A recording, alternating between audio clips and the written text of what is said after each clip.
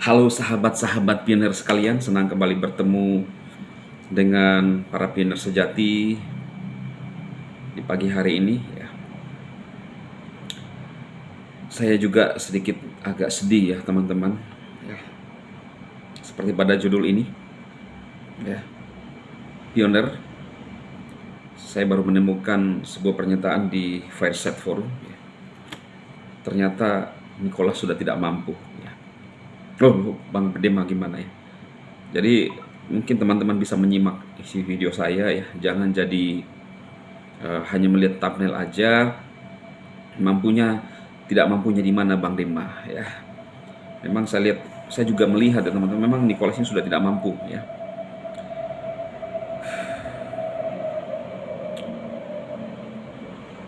Ini di Fireside Forum perapian, salah satu yang saya bahas ini di Kota Merah ya. Ini di forum perapian, forum Fireside Forum ya. Begini teman-teman ya. Mungkin teman-teman pioner sejati bisa menyimak ya. Kami memahami bahwa fitur Exchange merupakan tambahan yang sangat diminati oleh komunitas Pi. Perhatikan satu demi satu kalimat saya, little by little, my narration edge.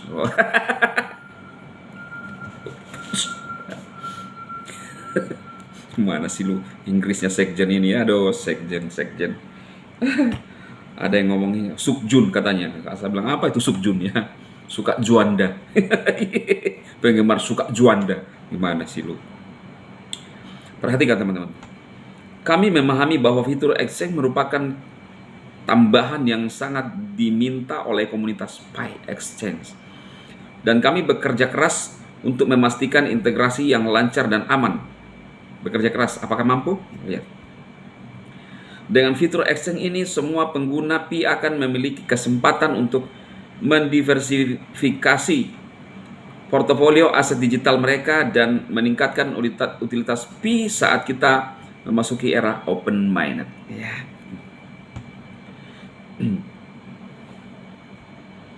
Dalam beberapa minggu mendatang kami akan mengumumkan pembaruan resmi yang menyediakan informasi lebih lanjut tentang tanggal peluncuran open mainnet ya, yang tadi saya sudah bahas di video berikutnya. Kami sangat menghargai kesetiaan dan dukungan Anda sejak awal perjalanan jaringan Pi. Kami percaya bahwa fitur Exchange ini akan menjadi tonggak penting dalam menghadirkan nilai nyata dan momen berkelanjutan bagi komunitas Pi dan seluruh pengembang. Terus tidak mampu jadi mana ya? Jadi di sini saya melihat bahwa Nicholas sudah tidak mampu menahan untuk segera melepaskan mainnet, ya kan? Ini saya lihat pernyataan-pernyataan dari forum Fireside ini. Ini pernyataan ini dari, kalau seperti ini seperti dari pengembang.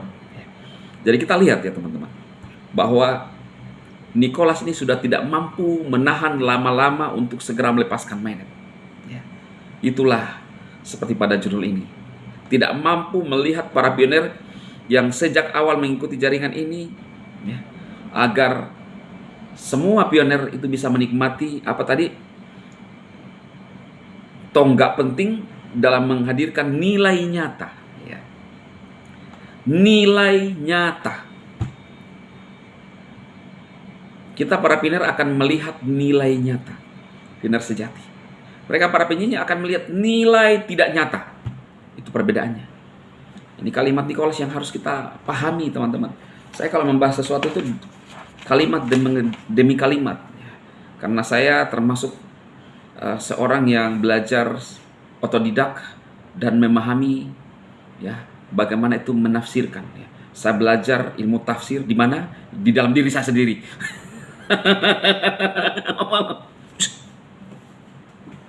Belajar memahami, belajar menerjemahkan, belajar menafsirkan apa artinya. Teman-teman, kalau anak-anak kita mendidik anak-anak kita ya, kita kan sudah punya kode dengan anak-anak kita. Kita punya aturan sendiri. Saya dengan anak-anak saya, ketika sampai di sekolah, itu tidak teriak-teriak. Ya. Jadi dimanapun tanpa lihat saya, ya, kode nyala, kode berjalan, mereka langsung ada papa. Itulah namanya manusia. Kita tidak bisa kaku, tidak bisa kaku dalam hidup. Bukan kukah. Jadi lu lihat saya begini-begini, tapi itu saya bisa berbicara begini, tetapi radar saya itu bisa menyala yang lain, memperhatikan orang lain. Ya, itulah kelebihan sekjen. Ya, kata mereka subjun. Ya, mereka suka juanda. Benar ya teman-teman, saya sudah membangun kode-kode dengan anak-anak saya. Ketika misalnya kemana-mana, ya, saya tidak harus menarasikan pengertian yang eksplisit dari wajah saya. Kadang mereka hanya melihat tatapan mata saya, itu sudah mengerti. Ya, itulah namanya sebuah tafsiran, ya, atau kode-kode. Seperti tadi yang saya bilang,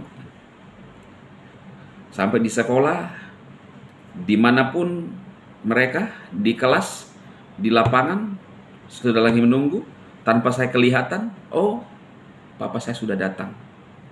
Tidak, ya. Dimanapun tanpa lihat, kode berjalan. Ya, kode berjalan, mereka langsung, oh, papa sudah datang. Saya keluar. Lu punya nggak para penyanyi kode-kode seperti itu ya? Jadi, kenapa Bang Dema begitu yakin ya?